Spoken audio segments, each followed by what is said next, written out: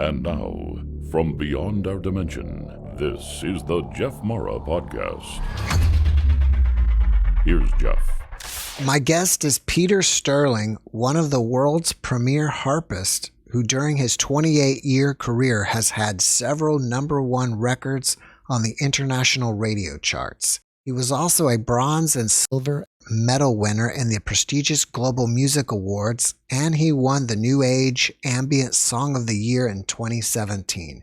Today we'll discuss his book, Hearing the Angels Sing, and how he became a world-class harpist in service to the angels. Peter, thank you for joining me and welcome. Thanks, Jeff. Thanks for having me. And you know, it's not just service to the angels. It's the angels are like, they're just representing a higher light. So it's really about the higher power, serving that God power. Well, Peter, if you don't mind, can we first start with your spiritual journey and how it led you to playing the harp? Yeah, I'm well, as you see in the background here, this is one of my photographs, one of my art pieces that I make here. And I live in Sedona, and I was guided to come here. I was led here in the late 1980s, and I came here on my spiritual quest. I had started hearing rumors of this mystical power spot in the desert Southwest. I was living in Colorado at the time, and there was rumors of this place with these incredible rock formations and energy vortexes, and the word was getting out. And this was before the internet, so I had no way to, Google it and learn about what Sedona was. But I just got an intuitive hit. I had to go, so I packed up my vehicle and headed down into Sedona, and it was in the springtime, and came down Oak Creek Canyon for the first time. I was just so struck by the beauty and the majesty of these amazing red rocks. I didn't know what to expect, so it was just beyond kind of my imagination. And it just felt so familiar with it. And I just knew I was going to end up living here, and that's what happened. I moved there a short time after my first visit, and shortly after I arrived, I received a message because I was like already on my spiritual path, but I was hearing my inner guidance that I should release all my material possessions and acquire a Volkswagen camper van, and that I was going to be led on a journey. There was something that I was to discover, really like I was going to get a mission upgrade, or really, get some answers to the big questions. Who am I? Why am I here? What's my mission? Very common for people. And my guidance was to just get a van so I could be completely free and unencumbered by traditional entrapments of life, and I could follow my inner voice, and was going to lead me to certain places. And that's what happened. But the main thing here was that I was led out into the canyons here of Sedona, and I was guided to just sit and listen to silence and meditate in the supreme stillness and silence that exists in the canyons here in Sedona. And so that's what I did, Jeff. And it was really, the main thing was sitting in that silence and going through many mystical experiences with my meditation, going really deep and accessing some profound states of awareness. And, the only thing I could describe it is like in the yoga tradition, they have a term, it's called samadhi. And samadhi, there's different levels of samadhi as you go in your yoga meditation practice, because that's what I was doing. I was practicing yoga and my breathing, my pranayama, and advanced meditation techniques, and also, experimenting with some astral travel techniques, astral flight. And I was, reading the books of Robert Monroe, the Monroe Institute, and was very fascinated by that. And also my grandmother was a mystic, and she was very advanced in the spiritual science of Eckankar, which is the ancient science of soul travel. And she was a guardian of mine when I was young. She was always whispering things in my ear. I was very curious always what she was doing. And then as I became a teenager, she shared all the books and the techniques of how to leave your body and ascend up into these higher planes. So I had some background, but then when I got to the canyons of Sedona, in the vortexes, in the dimensional portals of these canyon areas, which are so, world famous now, that I went in through some sort of a portal where I was taken up into the light, and I heard the most beautiful sound. I heard the music of the angels, the heavenly choirs, and even the music of the spheres. But really, it was the angels that I heard.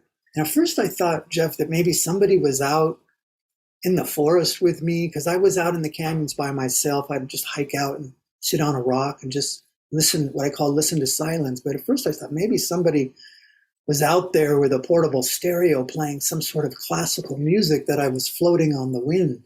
But then I realized, no, that's not what this is. I was tuning into something that was of a divine origin. And it was powerful. Once I realized that I was actually hearing the inner music, which so many of the saints and mystics have spoken about, that it was, my whole body began to tremble and shake, and tears would just spontaneously came to my eyes. And it was such a powerful frequency of what I was tuning into. And then my inner voice was telling me to just trust, surrender, and let go, and allow the music to take you up, to take you on a journey. And so that's what I did. I was just very easily, I was able to kind of float out the top of my head, out of my crown chakra, up into the light. And I was surrounded by this golden light, just being basked in the golden light and hearing this heavenly sound. It was such an otherworldly experience. But then as I was looking in my inner vision, I could see that there was some sort of shapes or forms around me. And as I adjusted my focus, all of a sudden I could see that I was surrounded by a group of angels. And these angels were the cherubs, the little baby ones that we often see depicted in the great Renaissance art, often holding harps and instruments. And that's exactly what they looked like. They were holding harps and flutes and violins, and they were like little cherubs, and they were floating in the air around me, and I could see them. And all of a sudden I could hear them in my mind. And I could hear them saying, Jeff, they were like, wow, look at him. Do you think he can see us? And I could hear that in my mind. And I thought back to them, yes, I can see you. Can you see me? And they said, yeah, we can see you and we can hear you. Can you see us and hear us? I said, yes, I can. And they got so excited. It was like, oh my God, they had made a connection with a mortal where we could hear and talk to each other. And they were so excited about that. And, but that was the start of this profound and magical and amazing connection and relationship I have with this group of cherubs and angels that I've been now, connecting with for 30 years. And so it was out of this experience, we could communicate, and they took me on many journeys. And ultimately what came was that they gave me the message, as classical as messengers, that my mission that I was asking to be revealed to me, because as I was spending so much time in the canyons and walking the trails and being in the forest and being in nature, I was just praying to Great Spirit, I'm here to serve, reveal to me what is my work, what is my mission. And then the angels came and they said that your mission is to play the harp and to be a channel for this music, the sound that you're hearing, this heavenly sound, that I would be a counterpart to them, and I would join with them, this group, and together we would work as a team, and I would be the earthly counterpart to these celestial angelic musicians, and that they would, music wasn't really a big part of my life when this happened. And I asked them, I said, are you sure you got the right guy? I'm not even a musician. But they said, they assured me that this was true, that this was your destiny. And that, so they said that working together as a team, they will teach me how to play the harp, and that together we will bring through a very special music for this time of the dawning of the golden age, the long prophesied golden age. And because music, and especially the harp, has a tonal quality and a resonance to it that is so healing and is so transportive, and that it would play a very important role. And wow, when I first received this message and this mission, I was like, I wasn't sure if I was making this up in my imagination. How could this be? This is so out of left field, so beyond any kind of reference. All of a sudden, I'm having a relationship with these ethereal, celestial, angelic beings. It never happened to me before. But they reassured me through these miracles and synchronicities that they would create on my path as I would go along to assure me that indeed this was a real experience that I was having.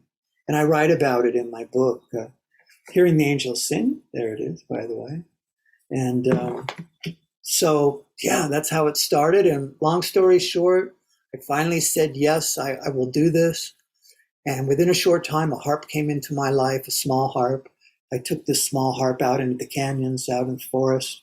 I could hike with it and take out my magic harp and just start strumming the strings. And my hands began to move by themselves on the strings. This energy would come over me, and my hands, my fingers would just move by themselves, and I would hear them telling me, just trust, surrender, and let go. And the more that I would just let go into the energy with them, my arms would just start to move by themselves, where I would just I was watching, oh my God, what is happening? But the feeling that came along with it was so profound, such a kind of a blissful feeling, and so much love with them. And so that's how I learned to play. And they were just working through me in that way.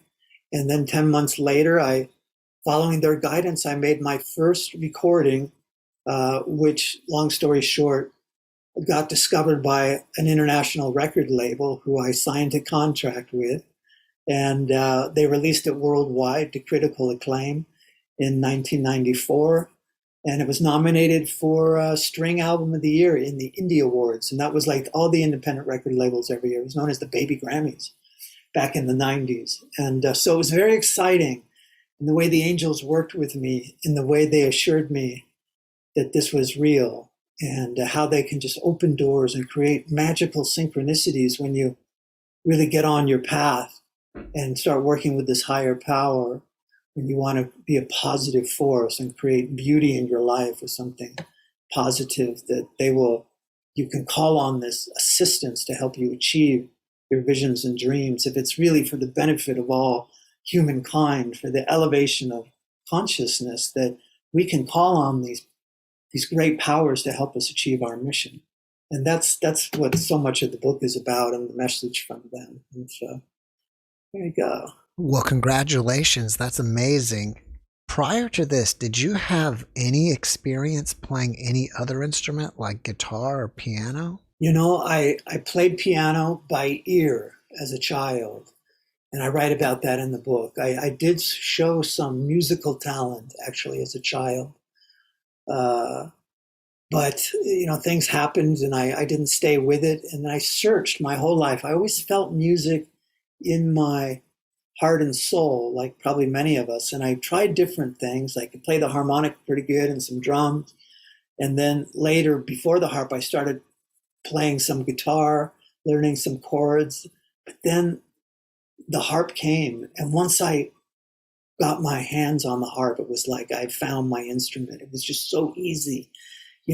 Compared to guitar, you really have to practice, and you've got to learn those chords and bend your fingers into these very difficult positions. You got to train your hand. But the harp, it's not so much. It's just even just strumming like this, you can just make a beautiful sound. So it was just so easy to get into it and allow it to just kind of happen on its own through improvisation, just playing by ear. It was just really. But then I realized, Jeff, that this was something that I had done before. It was all shown to me that the harp was from the past, that's something I remembered in this life. And once you carry the harp, it's a mythical and a legendary magical instrument. You carry the harp in your life. It comes with some real juju. Merlin the magician had the harp, and King David played the harp, and Apollo the god played the harp. And so there's some pretty heavy hitters that carried the harp and could really control some pretty strong elemental energies with the harp instrument when you read the stories about it. So, yeah, so it's been amazing. Is the harp already tuned up in a chord, or like it's in C or G or something, or Yeah, is it? generally the harp, the main tuning of the harp is a C major. And then you have some levers or that you can do some sharps and flats and change the scale as you're playing.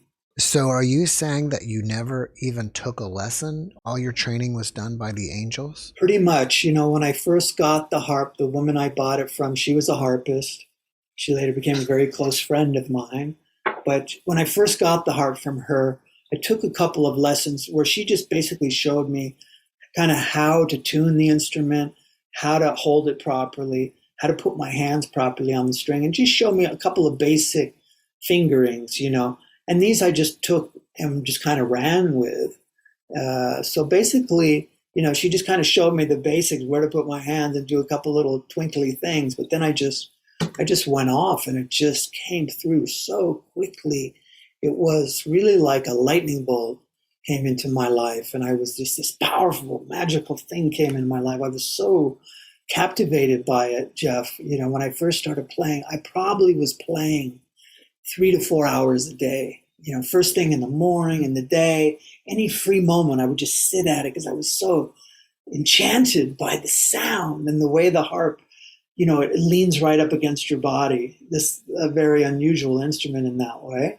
How it goes right up the front of your body, and it's very powerful. It's very powerful to kind of be able to play it, because once you really start playing it, the whole thing is vibrating. It's like this. It's like alive. And it's like a wing. The way the harp is shaped. And whenever I sit at the harp, Jeff, I really never know really what I'm going to play. I just that's how I always play. That's how my music comes when I compose. I just sit down and start improvising and plucking around. And the next thing you know, a melody kind of emerges in a whole thing, and we just play it. And it's really a very alive elemental force. I've received many, hundreds of letters now over the years from people all over the world who have had very amazing, magical experiences listening to my music.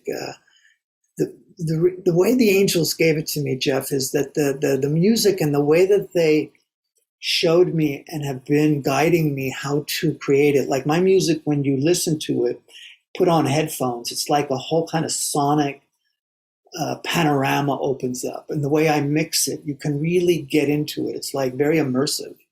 And there's things that move through the sound field from left to right, and it kind of opens up into a whole enchanting world. And if you close your eyes with my music and look up into your mind's eye, into your imagination, all of a sudden it really is very evocative. You start to see images and pictures of things. And that's the way I created it. Like I have a very famous song called In Monet's Garden, and it's dedicated to the artist Monet. And in my recording studio, I had posters of Monet and books, and really looking and saturating into his experience. And then as I was, recording and playing and had the other artists come in, we would all look at his pictures and just really absorb the energy of his paintings.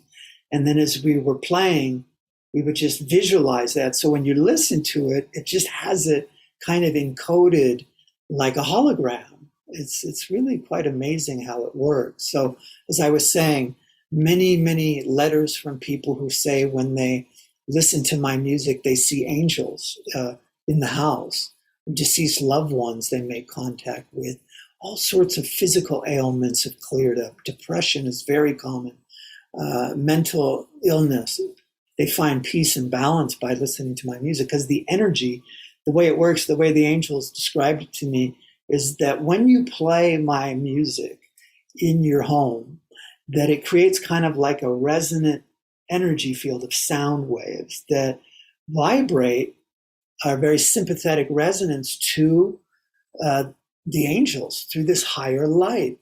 and that the feeling of love and oneness, where the angels exist in this higher plane, this higher sphere of oneness, like that's where we're going. This is the next step, is into the unified field of oneness. This is what all the mystics and saints have talked about, you know?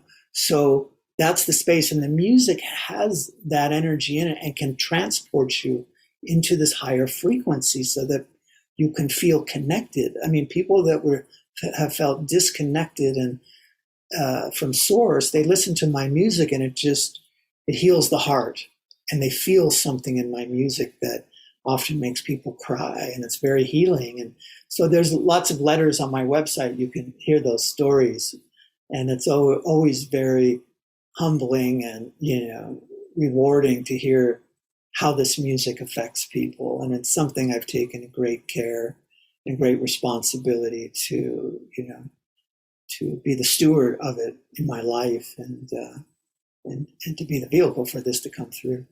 Do you feel like the music is being transported into your higher self and then it comes down and out through you? Or... I do. Now, it's interesting because when the angels first started teaching me, and I learned some years later after it began that there was one angel in particular that became like my personal kind of harp teacher. And this angel would hover above me. And many psychics and clairvoyants have seen this angel around me, especially when I would play concerts and stuff. They would say, you know, you got this huge angel above you. Many people have seen it. And it's kind of has more of a feminine energy to it, I would say. But this angel, as I got more and more comfortable, this angel would actually come and actually kind of would come, seems like completely like into my body. Very similar to in the movie Ghost with, you know, Patrick Swayze and Whoopi Goldberg, when his wife died, right? Or he died, and then he came into the body of Whoopi Goldberg so that he could touch. Remember that scene? Mm-hmm. That's how, kind of like me, this angel would kind of come into me and then play through me. But then as I got more and more connected, I didn't need it so intensely. So they were able to kind of back off and just let me be in my own sphere because I was so connected to that energy, to that source energy. I didn't need the help so much as I did at first to stabilize within that frequency. Have you ever noticed either when you're playing a concert, recording, or both, that you feel like you actually become the music? Well, yeah, I feel that pretty much most of the time. I mean, that's the feeling that I am going for, is to become one with my instrument. And, you know, when you get in the zone, when I get in the zone with my playing, it's just happening. I'm just kind of staying in the present moment with it and allowing my hands to move. It's the way I hear it and the way my brain can see it and feel it. And I kind of get a lot of the whole picture. It's like this, I'm like a transducer. I'm a receiver and a transducer, and then I'm a transmitter. So like I get these downloads from the angels that come down through this circuit that I have.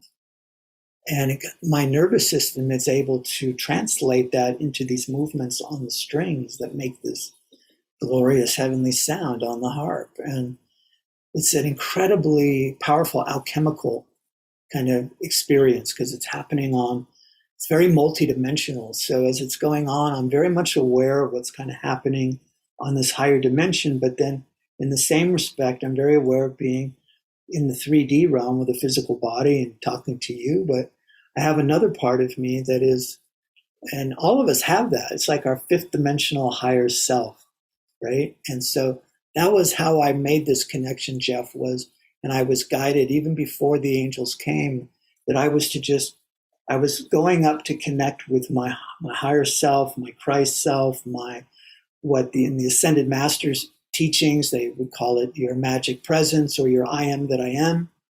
And there's this circuit, like in yoga, they talk about the central circuit that goes up the central column as Sushumna.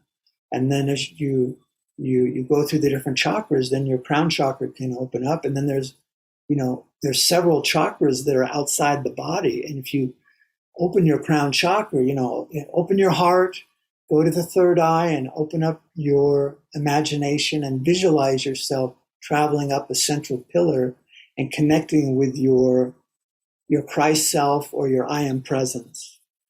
And that's how I was guided to do. So I was just really clearing that circuit in my meditation and going up and up. And by doing that, that's when I regained a lot of my spiritual gifts from the past. It's just this amazing thing that can happen when you do that. And it was always guided to, go up the central channel and connect with your higher self or your divine self, your I am presence, and just expand into that light. And then the guidance was to just bring it back down the central column and anchor that into the physical body. So, I was doing a lot of clearing work on my physical body, on my emotional body, a lot of deep healing to clear out all the blockages in my field, all the emotional traumas, clear my pain body. I had to, heal my inner child, go through my whole childhood, all the traumas, clear that out to make space, because that stuff can hold us down as a lower vibration. So I would clear that, and that just made room for me to just embody more and more of my divinity. And as I did that, then my gifts came, my spiritual gifts, or like I would tell my son, my superpowers. I reclaimed some of my superpowers, and it's true. And, you do this, all of a sudden the different clairs, the four clairs, you develop clairaudience, clairvoyance, clairsentience, claircognizance. These are spiritual powers, or in yoga, they call them siddhis, right? As you go through your yoga practice, deepen then you get spiritual powers come. And so that's what happened to me. All of a sudden I could hear my clairvoyance. I could hear the music. I could hear the angels talking, and my clairvoyance, I could see them. I could see into this other realm, this other dimension. So I became a seer. And then I could hear and see. And that's what happened to me. When you're playing the harp, does it physically lean on your body? Yes, it does. So you can actually feel the vibrations through your body as you're playing. It is an amazing experience. And I could play for you if you'd like. Yeah, that'd be great. So here we are, Jeff. I'm going to play my partly invisible harp that's popping in and out from another dimension. But you'll hear it here, just for a moment.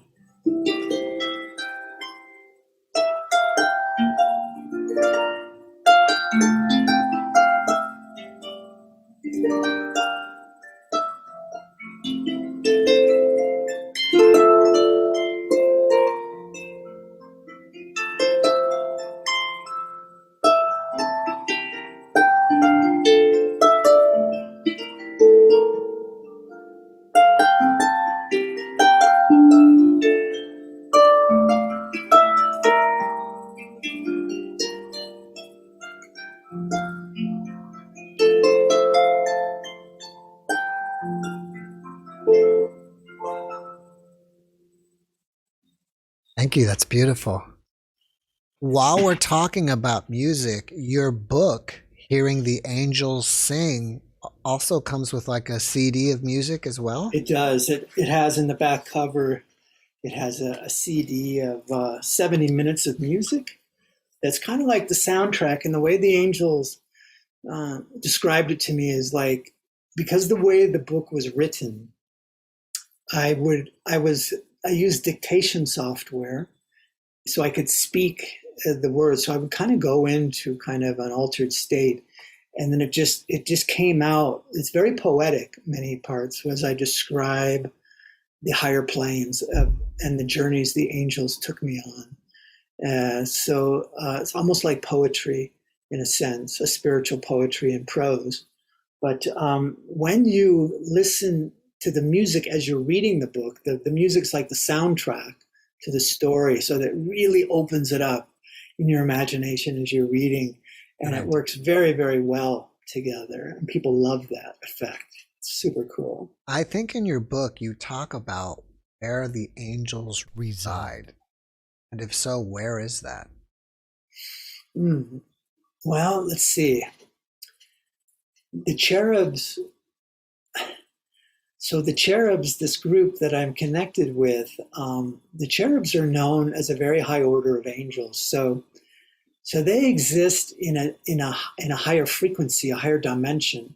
I would say it's, at least in the fifth, sixth, seventh dimension. It was where I was taken with them. I was taken up into the light, and one of the most amazing panoramas and vistas they showed me on one of these journeys that I describe in my book was when I was taken and I was in this dark space with them, and we were just kind of floating in the ethers. And all of a sudden they told me to look over to the distance over here. And in the blackness, I saw like a point of light. It was like a single star on a black canvas. And all of a sudden we just started moving towards it. And this little spot of light, spark of light, became bigger and bigger and bigger till all of a sudden it was like a luminous sphere of golden light before me. And Jeff, it was so like intense. The light coming off of this luminous sphere was, I call it like the light of 1,000 suns. It was very intense at first, but once again, the angels, their mantra to me over and over was trust, surrender, and let go. So as I just let go into it, all of a sudden I came into resonance with this very high frequency of this luminous sphere. And then the feeling that I felt all of a sudden was it was pure love. It was emitting pure divine love. And it was just washing over me. And the sound coming off of it was like the angelic choirs. It was just pulsating pure love. And it was like it was a cleansing, like all the sorrow and pain and sadness of all my lifetimes was washed away from my soul in that moment. It's fascinating because some of my near-death experiencers basically have an experience like yours. Yeah. In which they end up in a black space, which we call the black void. Mm-hmm. And then eventually they'll see a light in the distance that kind of draws them into the light. Exactly. And it gets bigger and bigger until they're surrounded in light and with unmeasurable amount of love, like you've had. That's exactly what it was like. And as a matter of fact, one year, several years ago, I was invited to be a speaker at the International Association of Near-Death Studies national conference or international conference. It was in California several years ago, and they brought me up on stage and to play my harp and tell my story, because this was like the classic near-death experience. And so yes, that's what it was like. That's what it was like. What I also find fascinating is that you mention trust and surrender over and over again. And it appears that with some of my near-death experience guests, that when they finally surrender into death, they are having this experience.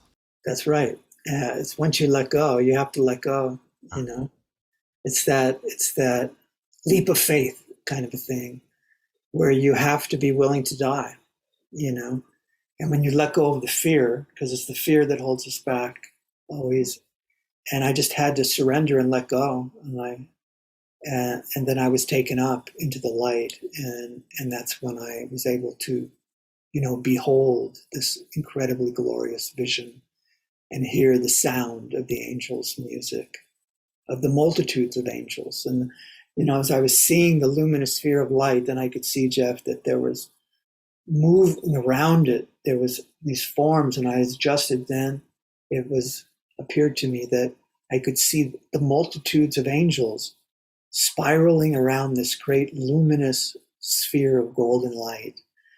And, the angels that I was with, they told me, they said, this is God. They said, this is it. This is the source of all love and light in the universe. This is the Godhead. This is the wellspring of all love in the universe. This is it. Oh my God. I could feel it. I could feel it, that this was it. This is God. And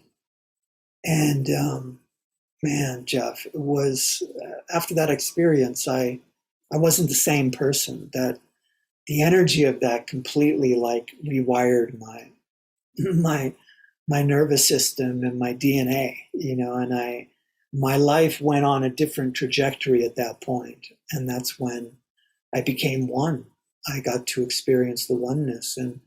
And from that point on, I've never feared death. And I know it's on the other side, and it's a beautiful experience waiting for all of us. I was taking a look at your book, and I believe one of the chapters is called Disc of Festos. Disc of Festos, yeah. What is that? Well, let me show you. I have a picture of it right here. The Disc of Festos, and I talk about this in the book, yeah. So when I was traveling in Greece back in the 80s, I was on the island of Santorini, and I discovered I was in a jewelry store, and I was captivated by this pendant that I saw. It was very common in a couple of the jewelry stores in Santorini, and I finally asked, what is that? And the guy told me, he said, this is the Disc of Festos, that it was a clay tablet disc that was found on the island of Crete in the temple of Festos. And back in those days, even scientists didn't really know exactly what it was, but it was kind of hieroglyphics on this clay tablet. And I was just drawn to it. So I ended up buying this pendant, and I put it on the necklace around my neck. And then a few months later, when I was in Colorado in the wintertime, I had this mystical experience where I was under the night sky in the wintertime, in the middle of winter, up at 8,000 feet. And I looked up and I saw the Pleiades star cluster. And it was so bright, and it was no moon. The stars and the Milky Way was so brilliant. But the Pleiades was directly above my head. And as I looked up into it, there was all of a sudden this energy that was so strong coming in. It just linked right to my third eye. And all of a sudden I felt this energy guiding me to spin in place and look up at the Pleiades. And that's what I did. And as I did that, the stars started to swirl. And all of a sudden it just appeared spontaneously in the night sky, the Disc of Festos. And I was told, I received information, this is in my book, by the way, that this was a star map that was left by an extraterrestrial race. And it was some sort of a galactic star map. And then, sure enough, there was some research done on this that did show that the Disc of Festos is actually connected to different constellations in the night sky. So it was a very mystical experience around this Disc of Festos, which was left here by some advanced race as a star map to find our way back home. Since you live in Sedona, have you seen any UFOs out there? Oh, we see them all the time here. Yeah, there's a lot of phenomena here, and I have my own tour company here. It's called Sedona Sacred Land Journeys. So I spend a lot of time out on the land. I see a lot of phenomena, but I also do some UFO night vision tours. I have some military grade night vision goggles. So I'm out looking all the time, and we see things here all the time, unexplained aerial phenomena, I guess you would call it. But I have photographed some craft over the years, and had some dramatic photographs of actual craft that I've been able to capture on camera. Are those pictures in your book? I don't have any pictures in the book about that. No, a lot of them came after the book, actually. When I came back this last time in 2012, I came back to Sedona for the 5th time. and a lot of stuff has been happening. Yeah.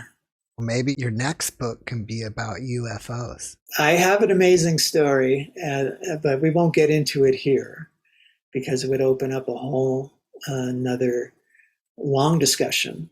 But I did have a very powerful experience, a contact experience back in 2009, which I actually did an interview for Project Camelot and Above Top Secret, and I went to the Bay Area UFO conference and shared my story of what I experienced. But it was a powerful experience. But we'll have to maybe have another talk about that one another time if people would like to hear more about that. Can you tell us about the vortexes, not only in Sedona, but all around the planet? Yeah, I've had the opportunity to go to some of the great planetary vortexes, like the Great Pyramids of Egypt, all the Egyptian temples, Machu Picchu, and the British Isles, going to Stonehenge and the stone circles there, and also Sedona. So, of course, there are places on the planet that have these kind of what they would call geotelluric energies, where there's enhanced electromagnetism or at certain sites. And originally they were discovered by what would be termed, the early people, the pagans, who were very sensitive to earth energies, and they built shrines and altars. And then later, of course, the church came in and built their churches on top of the same site and dedicated the church to a saint that has the same qualities as the original pagan gods and goddesses. It's quite fascinating. But here in Sedona, this has been known as a place of interdimensional portals. And my understanding is this is one of the most powerful interdimensional kind of galactic portal power spots on the planet in many ways. So here, what's interesting about Sedona is that, the U.S. Geological Survey has surveyed all of North America and Canada, measuring the magnetic field with aircraft flying at low altitudes with a magnetometer. And you can actually go to the usgs.gov website and look at the magnetic field lines of North America. And if you were to do that, you would discover that here in the Sedona region, on these red rock formations that are behind me here, and all the power spots are very unusual magnetic fields. So basically the magnetic field is fairly consistent, but there are areas where there's unusual magnetic fields. These are called magnetic anomalies. And they're either spikes or dips in the magnetic field.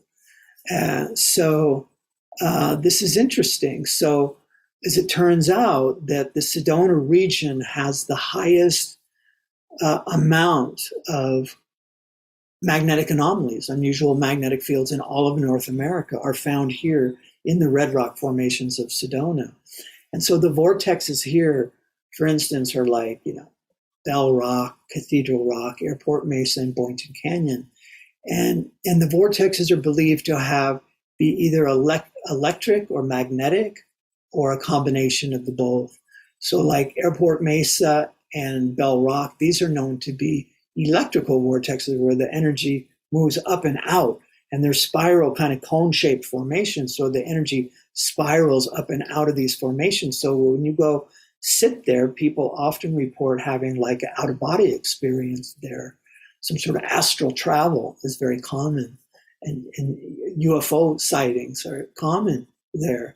And then, so like Cathedral Rock is known as a magnetic vortex. So that's a place to go, and you just feel very connected and grounded there.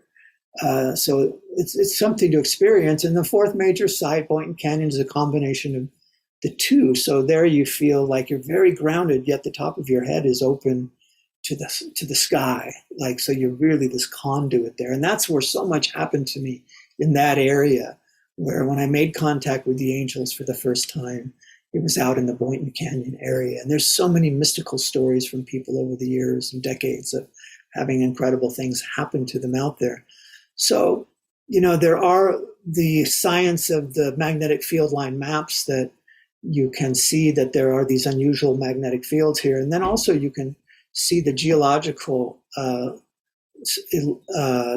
geology maps there too, And you will see that in Sedona, underneath Sedona, there's large layers of quartz crystal, there's water, also here in the land, high iron content, copper, gold, and silver is all over. So very powerful, conductive metal,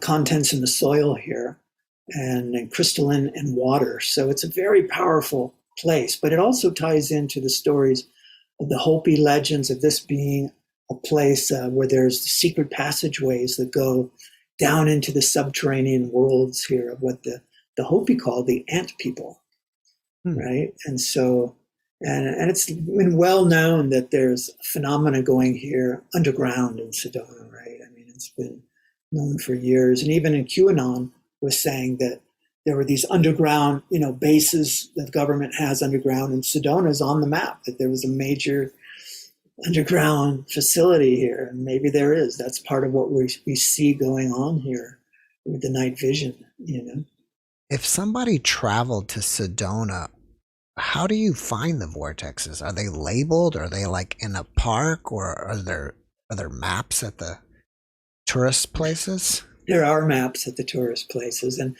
you just have to ask people, they'll tell you. And there's tons of tour companies here. Tour business is a big thing where all the tour companies will take you to the different vortexes. So, and that's what I do.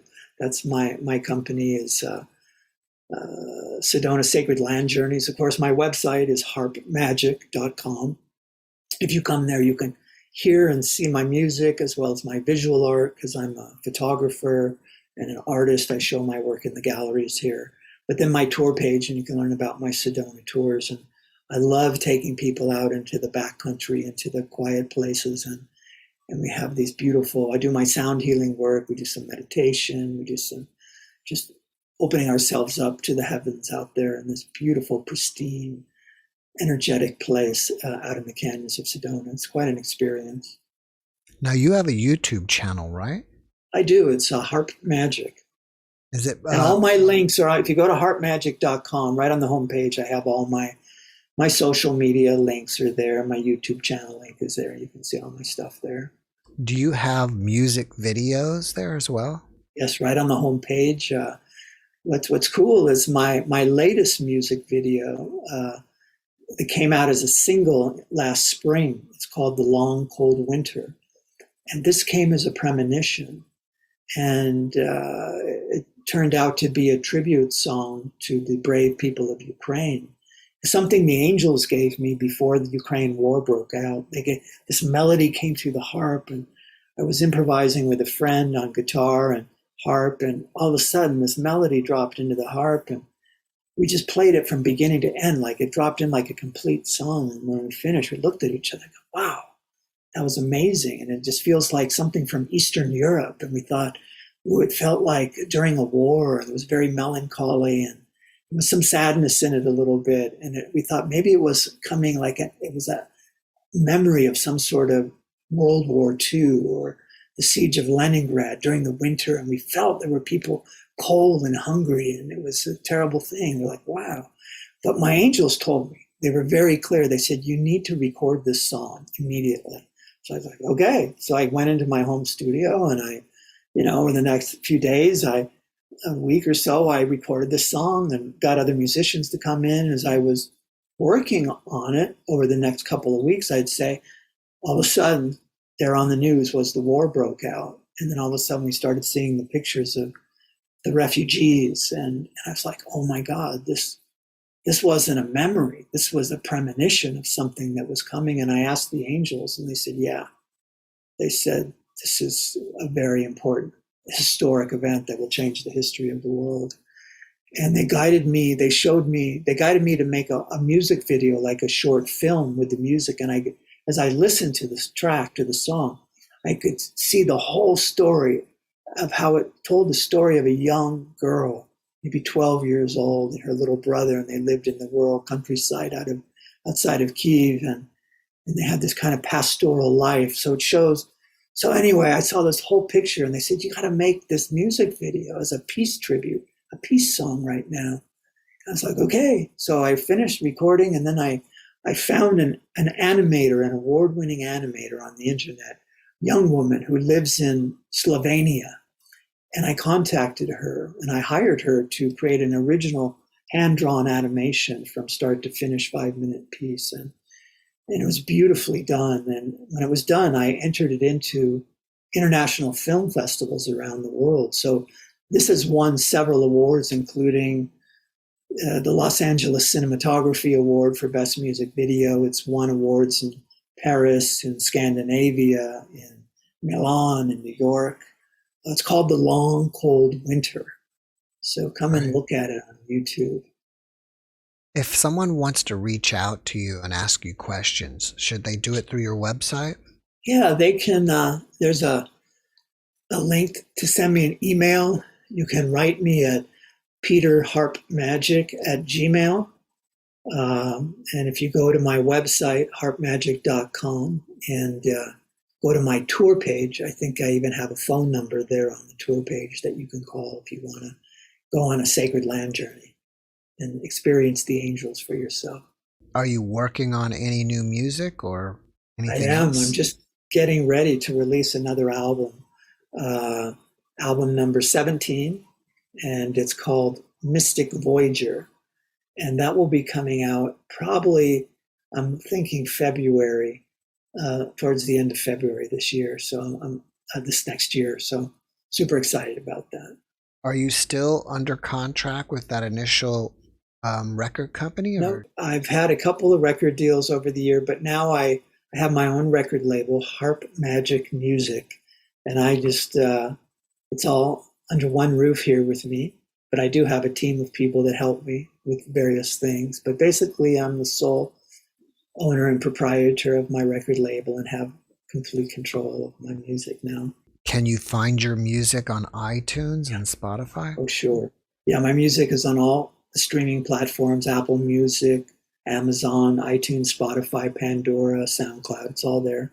I have some great channels on Spotify and Pandora. Put my name in there and it'll come on. All right, Peter. Well, before we finish up, can you leave us with one last positive message?